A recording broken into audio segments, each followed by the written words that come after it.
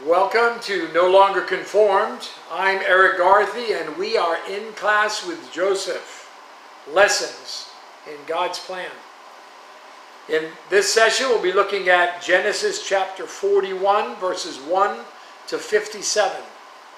The intricate tapestry of God's plan. Let's read that chapter 41, beginning with verse 1. Let's just focus in and just get the full picture here. And then it came to pass, at the end of 2 full years, that Pharaoh had a dream, and behold, he stood by the river. Suddenly there came up out of the river 7 cows, fine looking and fat, and they fed in the meadow. Then behold, 7 other cows came up after them out of the river, ugly and gaunt, and stood by the other cows on the bank of the river. And the ugly and gaunt cows ate up the 7 fine-looking and fat cows. So Pharaoh awoke. He slept and dreamed the second time.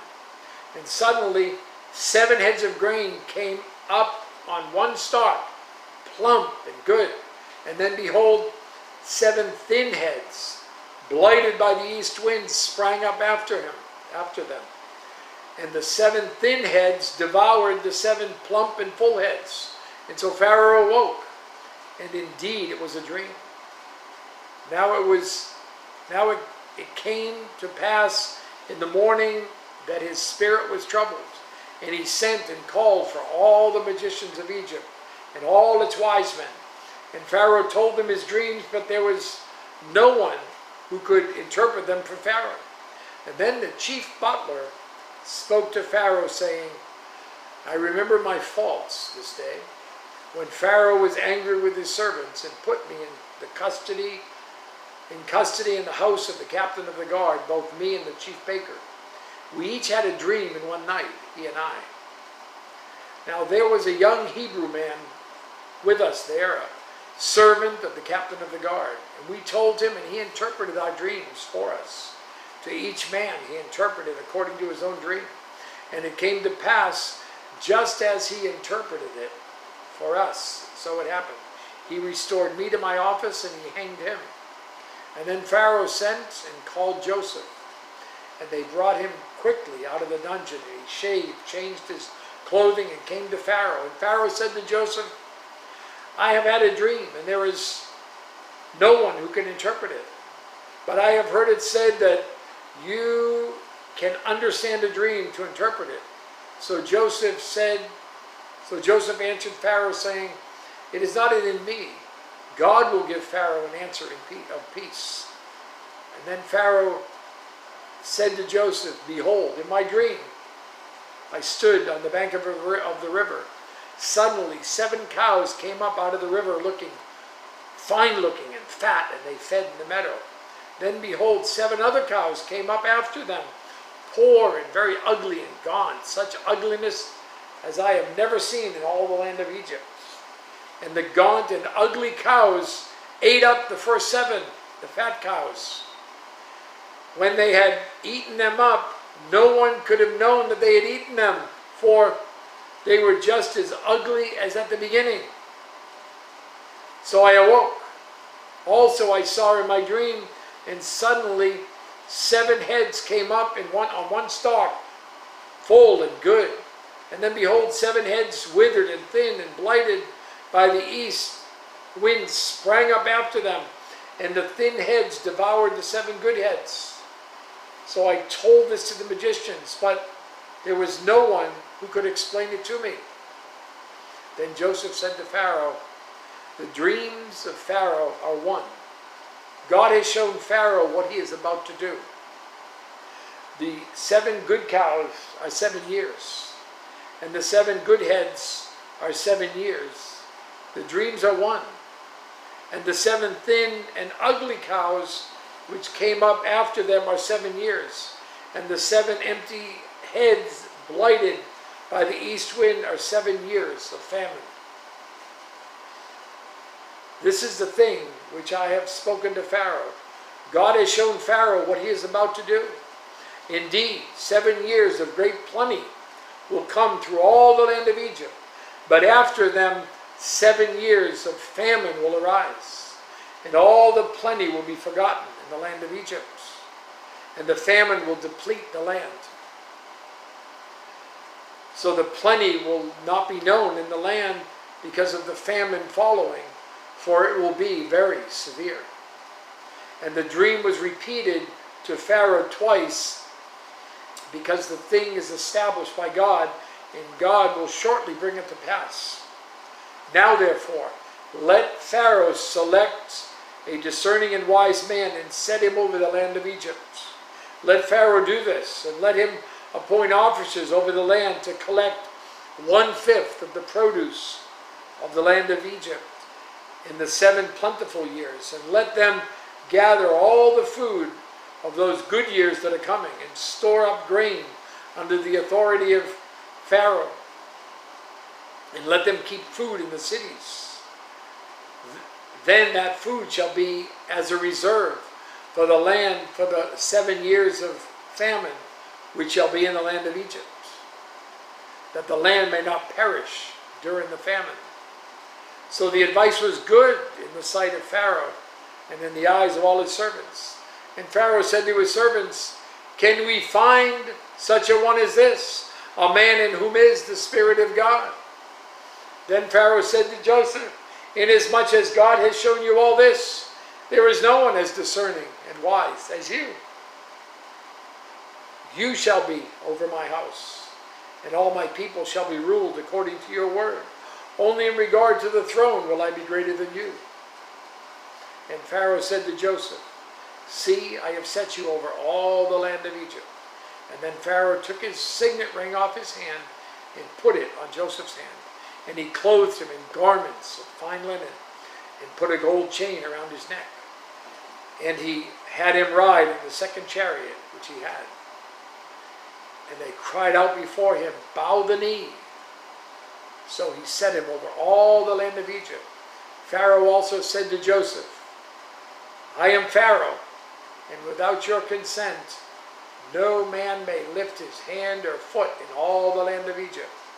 And Pharaoh called Joseph's name Zaphnath-Paneah, and he gave him as a wife Asenath, the daughter of Potiphera, priest of On.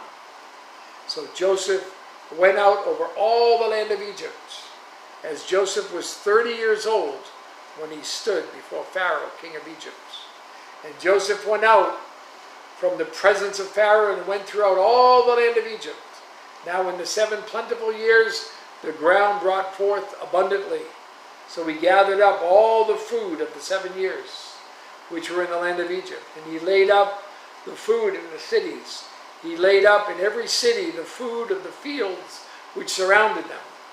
Joseph gathered very much grain, as the sand of the sea, until he stopped counting, for it was immeasurable. And to Joseph were born 2 sons before the years of famine came, who Asenath, the daughter of Potiphera, priest of On, bore to him. Joseph called the name of the firstborn Manasseh, for God has made me forget all the toil and all my father's house. And the name of the second he called Ephraim, for God has caused me to be fruitful in the land of my affliction. Then the 7 years of plenty which were in the land of Egypt ended, and the 7 years of famine began to come, as Joseph had said. The famine was in all lands, but in all the land of Egypt there was bread. So when all the land of Egypt was famished, the people cried to Pharaoh for bread. And then Pharaoh said to all the Egyptians, "Go to Joseph. Whatever he says to you, do." The famine was over all the face of the earth, and Joseph opened all the storehouses and sold to the Egyptians. And the famine became severe in the land of Egypt. So all countries came to Joseph in Egypt to buy grain, because the famine was severe in all lands. Let me ask you a question. Have you ever looked at a tapestry Just stop for a moment and think of the characteristics of tapestries. Before completion, only its creator knows what it will be. Its beauty must be viewed from a distance. Close range allows only a partial picture. Its intricacy reveals its magnificence. And something new is noticed upon each viewing. Listen, a life lived for the Lord becomes a tapestry of God's making. Chapter 41 is a significant portion of the tapestry that is Joseph's life. Just for a moment, a review of where we are. Visions of a leadership role, sold into slavery, a prominent servant position, falsely accused and sent to prison, a prominent inmate position, interpreted dreams of the butler and the baker, and then forgotten by the butler. Joseph's life is about to take another unexpected turn. And let's examine the pattern of the tapestry. Let's just look at this story. God's timing is perfect. Even 2 years later, verse 1, then it came to pass at the end of 2 full years that Pharaoh had a dream. Actually, from Joseph's perspective, it was now 13 years. Chapter 41 and verse 46 and 37, verse 2. Joseph was 30 years old when he stood before Pharaoh. This is the history. Joseph being 17 years old.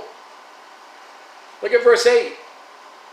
Now it came to pass in the morning that his spirit was troubled, and he sent and called for all the magicians of Egypt and all its wise men, and Pharaoh told them his dreams, but there was no one who could interpret them for Pharaoh. Pharaoh's dreams troubled him, but they helped Joseph. Joseph's own dreams became trouble for him, but Pharaoh's dreams will become his deliverance from that trouble. It was another dream that set the stage for this moment. Was the butler sent to jail for this purpose?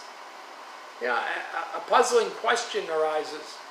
Why did God wait 2 years to let Joseph out of that prison?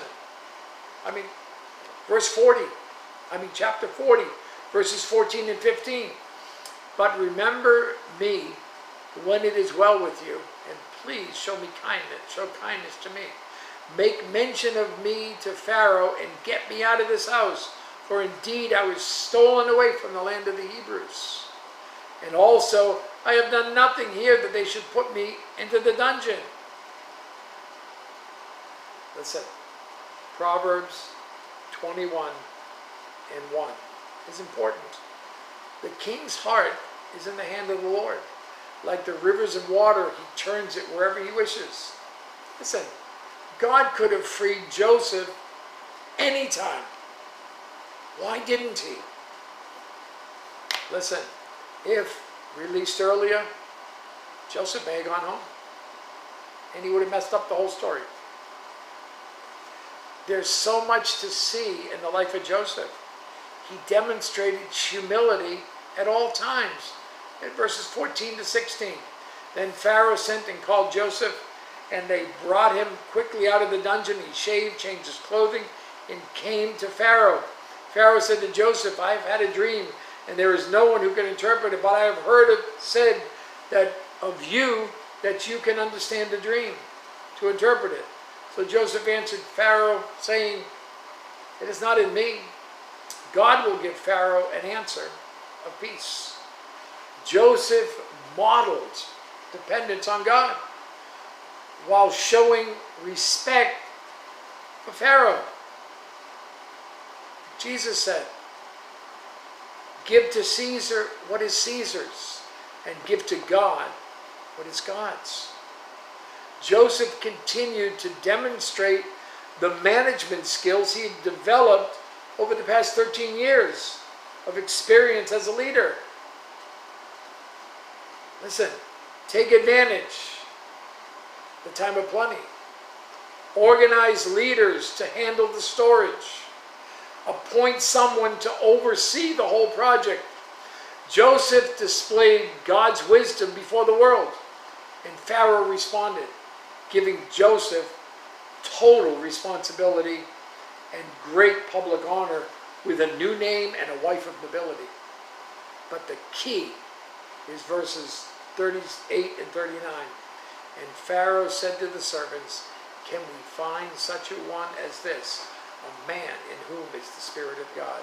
And then Pharaoh said to Joseph, "Inasmuch as God has shown you all this, there is no one as discerning and wise as you." And we see yet another tapestry within the tapestry. The meaning of the names of Joseph's sons.